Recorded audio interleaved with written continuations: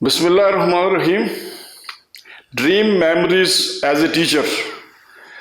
Federal board, Islamabad का federal board और ICB college, Islamabad college for boys G63, इससे मुतल्लिक चंद यादें, चंद बातें आज मैं आपके सामने पेश कर रहा हूँ। मेरी ज़िंदगी का ये भी एक दिलचस्प तजर्बा था कि जब मैं 2008 में बतौर एसोसिएट प्रोफेसर डेपुटेशन पे मैंने हाज़िरी दी Islamabad college for boys G63 में, और प्रिंसिपल उस वक्त थे इस कॉलेज के अनवर अली खान साहब थे, बन्नू के रहने वाले, ऊंचे लंबे कद के, सुर्ख व सफ़ेद शख्सियत। मैंने हाज़िरी दी। तो इस मौके पे जब उन्होंने मेरा जो क्वाइफ देखे और उसमें देखा कि ये एमए को भी पढ़ाता रहा है और बीए लेवल भी पढ़ाता है, इंटरमीडिएट लेवल भी पढ़ाता है, तो उन्होंने कहा कि सर आप तो कॉलेज और पोस्ट ग्रेजुएशन क्लासेस को पढ़ाते हैं, तो हमारे यहाँ तो छठी भी पढ़ानी पड़ती है। तो मैंने जवाबन कहा सर मुझे नर्सरी से लेकर एमए तक पढ़ाने में ना तो कोई हेजिटेशन है और ना तो किसी तरह का कोई परेशानी है मुझे, तो मैं पढ़ा लूँगा, आप फिक्र ना करें, मैं छठी क्लास को भी पढ़ा लूँगा। अच्छा, खैर ये बात तो मैंने ऐसे बरसबिल तज़किरा कही, तो ये बात उनको कोई इतनी अच्छी लगी, कोई उनके जनरल एक्सपीरियंस में था कि उन्होंने बाद में इस्लामाबाद के प्रिंसिपल्स और वाइस चांसलर्स की किसी कॉन्फ्रेंस में या किसी मीटिंग में उन्होंने मेरे बात का हवाला दिया कि ये आज़ाद कश्मीर से एक बड़ा सीनियर मोस्ट प्रोफेसर हमारे यहाँ डेप्यूटेशन पे आए, तो हमारे तो छोटे छोटे जो नए नए लेक्चरर होते हैं वो भी नखरे करते हैं कि मैं छठी को नहीं पढ़ाता, मैं सातवीं को नहीं पढ़ाता, तो मुझे कॉलेज क्लास या डिग्री क्लास दी जाए। तो वो आज़ाद कश्मीर के इतना सीनियर मोस्ट कम्पिटेंट भगोल के टीचर आया, तो मैंने उसे कहा कि इधर तो छठी भी पढ़ानी पड़ती है। तो उसने कहा छठी छोड़े सर, मैं नर्सरी से एमए तक कोई मुझे प्रॉब्लम नहीं है पढ़ाने में। तो ये बात कहीं बड़ी ज़बरदस्त लगी उनको, अल्लाह उन्हें खुश रखे, सलामत रखे। एक दिन अनवर अली खान साहब लगे कहने कि जनाब कासिम साहब आप बोर्ड में क्यों ड्यूटी नहीं करते? मैं सर इधर आपके कॉलेज का ही काम ख़त्म नहीं होता तो बोर्ड में? उन्होंने कहा नहीं, कॉलेज का काम तो 12, साढ़े 12, 1 बजे ख़त्म हो जाता है, तो आप ये शाम तक इधर इस्लामाबाद में ही होते हैं ना, रात तक भी होते हैं, तो आप क्यों नहीं बोर्ड में पेपर मार्किंग का काम करें, हेड एग्जामिनरी का काम करें? मैंने कहा सर मैं मीरपुर बोर्ड का काफ़ी अरसे से हेड एग्जामिनर चला आ रहा हूँ, आज़ाद कश्मीर मीरपुर बोर्ड तालीमी बोर्ड का, तो अगर ये हेड एग्जामिनर मुझे कबूल कर लें तो उनका मसला ही कोई नहीं। चेयरमैन मेरा दोस्त है और ये जो सिक्रेसी ऑफिसर हैं वो भी मेरे जानने वाले हैं, आप अभी मेरे साथ चलें। वहाँ मौजूद थे एक साहब जो ज़ाहिर प्रिंसिपल साहब के बाद जो सीनियर थे हमारे कॉलेज में, तो उनसे कहा कि आप ज़रा देखिएगा, बोर्ड में एक मीटिंग है, मैं उस मीटिंग में मैं जा रहा हूँ, कासिम साहब भी मेरे साथ जाएंगे, इनका पीरियड अगर कोई है तो वो अरेंज कर लीजिएगा आप। तो इनकी मैंने आज से बोर्ड में ड्यूटी लगवानी। तो ये कह के हम कॉलेज से निकले, प्रिंसिपल की जो गाड़ी थी उसी गाड़ी में हम बैठे।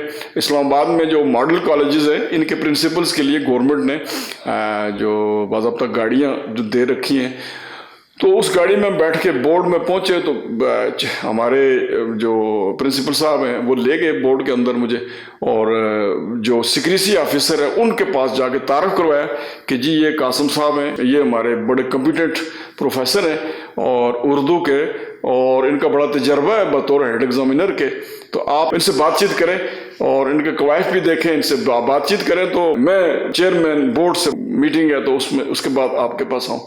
अच्छा, जब ये मुझे छोड़ के चले गए तो सिक्रेसी ऑफिसर ने कहा कि सर देखें ना जी कि ये फेडरल बोर्ड है और ये बोर्ड बाकी बोर्डों से बिल्कुल मुनफरद बोर्ड है सर, ये हम फ़ौरन ही किसी को यहाँ हेड एग्जामिनर नहीं लगा सकते, आप तो डेपुटेशन पे हैं। मैं कहा जी किसने कहा आपको डेपुटेशन पे? कहा जी आपके कॉलेज से एक प्रोफेसर साहब ने फ़ोन करके मुझे बताया था जी कि अब मैं समझ गया कि ये सारी प्रोफेसर साहब ने बजाय इसके कि वो मेरी कोई तारीफ़ करते, मेरा कोई काम होने देते, तो उन्होंने तो मेरा काम बिगाड़ा है।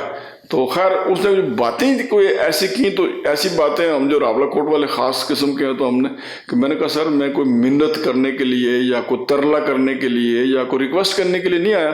مجھے پرنسپل صاحب نے کہا تھا کہ آپ چونکہ بڑے ٹرینڈ مارکنگ کرنے والے اور بڑے سینئر جو ہے وہ ہیڈ ایگزامینر ہیں، تو آپ ہمارے بورڈ میں کیوں نہیں کام کرتے. تو میں نے سوچا آپ کو کوئی ضرورت ہوگی، اگر آپ کو میں فیزیبل نہیں ہے میری ڈیوٹی، تو میں کوئی ریکویسٹ کرنے نہیں آیا، میں تو پرنسپل صاحب کے حکم کے تحت آپ کے پاس آیا. تو اس طرح پھر ان کو چلو تھوڑی ان کی ریلیف ملا ان کو، تو پھر انہوں نے کوئی میری ڈیوٹی وغیرہ تو نہیں لگائی. اور اس طرح ہم بورڈ سے واپس آئے تو پرنسپل صاحب نے پوچھا جی کیا ہوا، تو میں نے کہا جی وہ کسی نے ان کو ڈی بریف کر دیا ہے، آپ نے شاید بریفنگ نہیں صحیح کی، تو کسی اور نے ڈی بریف کر دیا ہے، تو وہ تو یہ اور یہ اور یہ بات کر. تو انہوں نے کہا گاڑی موڑے، یہ تو ان کی ایسی تیسی. میں نے کہا نہیں سر، اب میں نے ان سے انکار کر دیا. میں نے ان سے یہی کہا کہ میں تو اپنے پرنسپل صاحب کے حکم کے تحت آپ کے پاس آیا تھا، ورنہ مجھے کوئی ضرورت نہیں، سو یہ معاملہ میں ختم کر کے آیا ہوں. تو خیر انہوں نے محسوس تو کی بات کہ یہ بورڈ نے بڑی زیادتی کی، تو اس طرح پھر ہم واپس آ گئے. اب کچھ دنوں بعد جو میرپور بورڈ کے اس وقت ہمارے چیئرمین تھے بورڈ کے، ہمارے راولا کوٹ کے پروفیسر سردار منشا خان صاحب تھے، تو وہ مجھے ذاتی طور پر جانتے تھے، میری محنت کو اور میرے کام کو اس سے بھی وہ آگاہ تھے.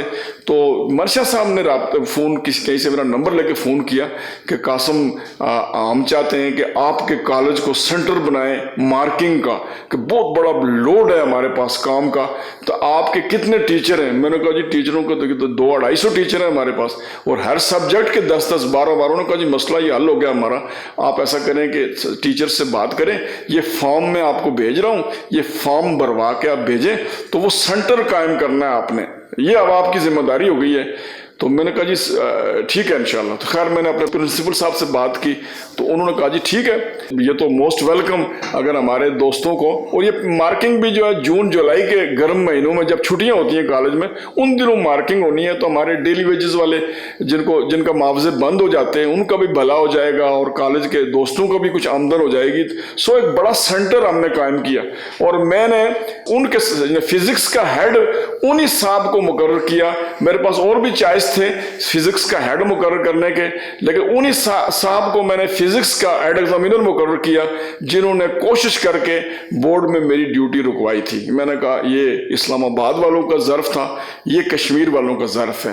ہم کسی کی روزی کو ہم کشمیر والے روکتے نہیں، بلکہ اس کی روزی کو اگر ہمارے پاس پاور ہو تو اس کی روزی میں اضافے کا سبب بنیں گے. اگرچہ اضافے کا سبب خود اللہ ہی بنتا ہے، لیکن اللہ ہمارے ذریعے کسی کی روزی کو کم نہ کروائے، اس میں اگر تو اللہ تعالی ہمیں اچھا ٹیچر بننے کی توفیق عطا فرمائے.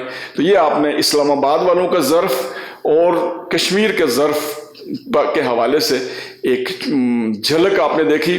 پاکستان زندہ باد.